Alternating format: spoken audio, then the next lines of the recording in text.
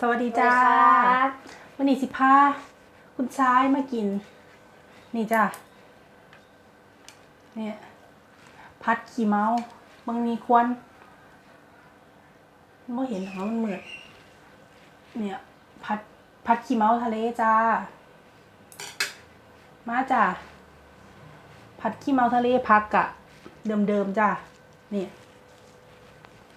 อย่าลืมกดอันนั้นเด้อจ้าเด้อกดไลค์เด้อจ้าเด้อแล้วก็กดติดตามมันมีเด้อจ้าคนที่บ่ฮู้จักว่ากดไลค์อ่ะกดไลค์ก็คือกดไลค์ที่ว่าคือจังเฮาเล่น Facebook อ่ะจ้าที่มันมีรูปเนี่ยกดไลค์แล้วก็กดติดตามก็คือกด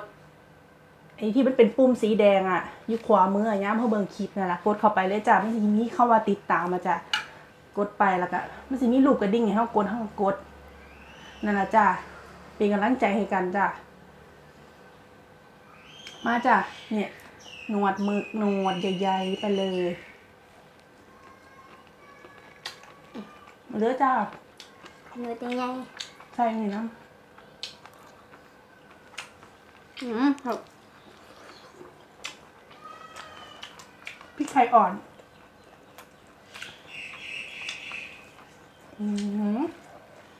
เสร็จ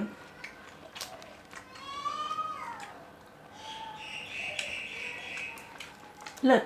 มื้อนี้เลิศ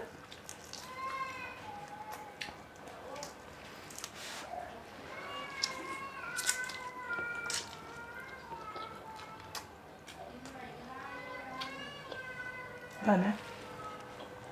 ครับแซ่บจ้าเล็กหน่อยเมื่อตัวดอก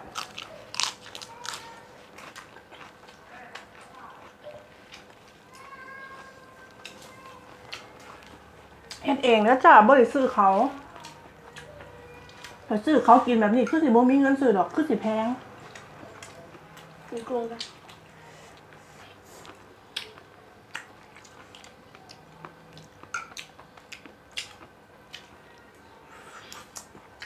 แม่เอากุ้งทิ้งเอาไอ้นี่ทิ้งหน่อยนะ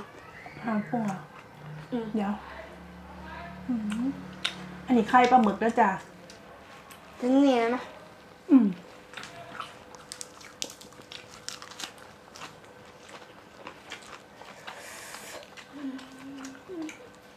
แซ่บถูกใจอยู่วันนี้ไม่รู้เป็นไรช่วงนี้กินแต่อาหารทะเลมันสีมาเป็นช่วงๆเลยจ้ะคันยางนี่ก็กินได้ชั่วโมงแต่สักพักนึงมันก็จะหายไปกินพวกป้นพวกลาบยังได้แบบเนี้ยมันจะมีช่วงเบื่อกินไม่ได้ตลอดคือข้าวเจ้าดอกจ้ะ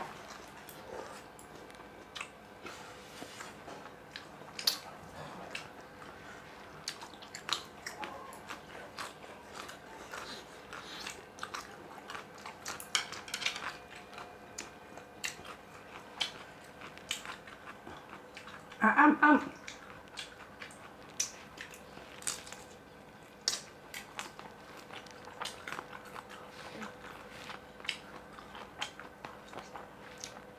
เสือเฟรม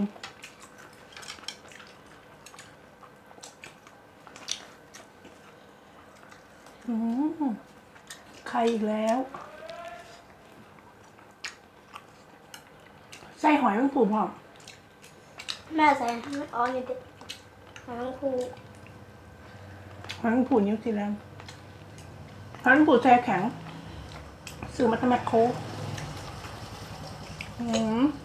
ปานถ่ายรูปแบบนี้พึบพับ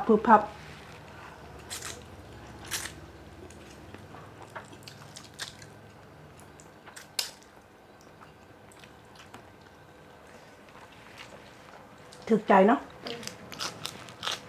ครับ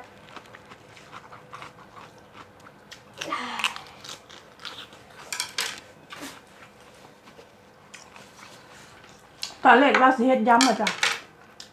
เลยอยากอันนี้พร้อมเลยจัดอันนี้ก่อน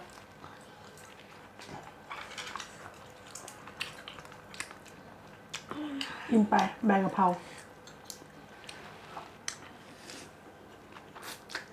อันนี้อะไรเห็ดหอมเห็ดหอมเหรอทั้งคู่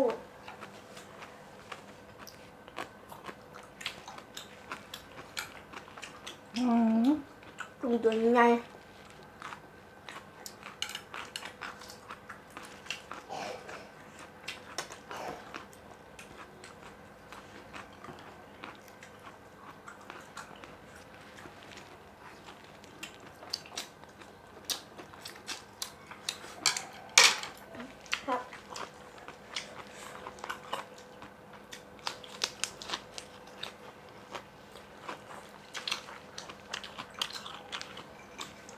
แม่ลูกมหาภัยมาเม็นมหาภัยเรื่องบดีแล้วจ้ะมหาภัยเรื่องกินบ่เลือกกินได้ทุกอย่าง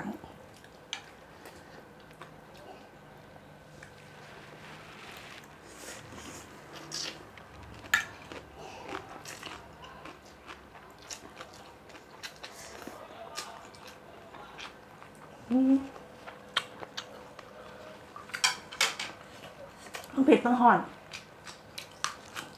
เอา หอมไหมตอนแม่ผัด หอม หอมฟุ้งเต็มเลยใช่ไหมเต็มบ้านเลย เอา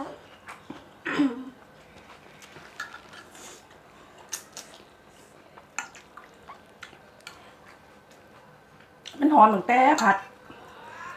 ไอเครื่องผัดกระเทียมผัดพริก รู้กุ้งตัวยังไง ชนดิ กุ้งตัวใหญ่กว่า กินผักเยอะๆจะได้แข็งแรง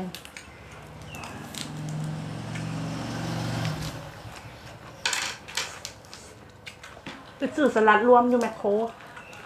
3-4 อย่าง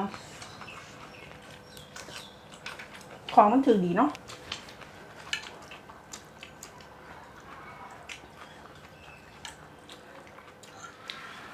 แซ่บทั้งคู่โอ้ปลาหมึก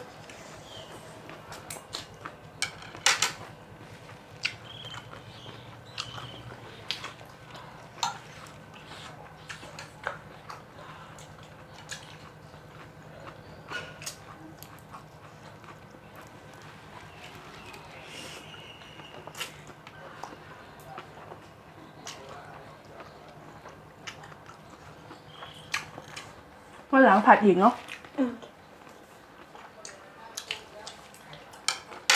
อร่อย ครับ น่องแน่ดูเป็นเนาะยองกิน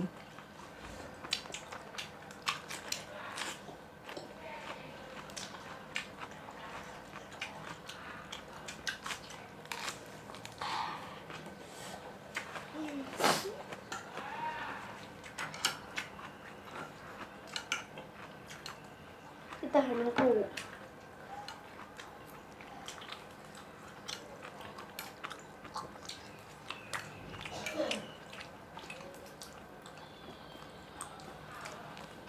โอ้โห แซ่บจ้ะเลี้ยไปเบิ้ลล่ะเลี้ยศอกเลี้ยแขนกับเลี้ยไปเบิ้ลล่ะ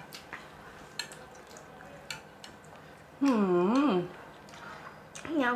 กุ้ง4 ตัวมั้งแม่เลยกิน เฟรมอ่ะ นอกนั้น เฟรมจัด ไม่เป็นไรกินไปเลยกินลูกแซ่บก็ดีใจเลยล่ะจ้า สีมือแม่ไม่เหมือนสีมือพ่อ กินพ่อเป็นไง และ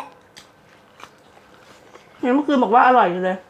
เมื่อคืนพ่อผัดขี้เมาไม่ใส่พริกไงก็เลยอร่อยถ้าใส่พริกก็คงจะอร่อยอยู่ ของใครอร่อยกว่ากัน ของแม่อร่อยเยอะกว่าของมาเรื่องเลย เนี่ยเมื่อคืนนี้บอกโอ้พ่ออร่อยจังเลยไหนพูดอย่างเงี้ย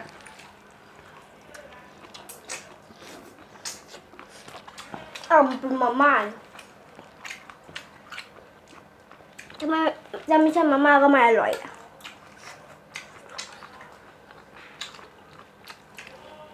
เผ็ดพอละเป็นไปแล้วอ่ะได้เผ็ด เดี๋ยวเนี่ยพอแล้ว ไปพร้อมกันเนี่ยอ่ะ ครับ อย่าลืมกดไลค์ให้ด้วยจ้าที่สำคัญอย่าลืมกด ติดตาม น้ำจ้ากดกระดิ่งพ่อเป็นกำลังใจให้2 แม่ลูกนะจ้าเด้อพี่นี่ก็ขอตัวลาไปก่อนนะจ้า บ๊ายบาย สวัสดีจ้าบ๊ายบายพบกันคลิปหน้าจ้า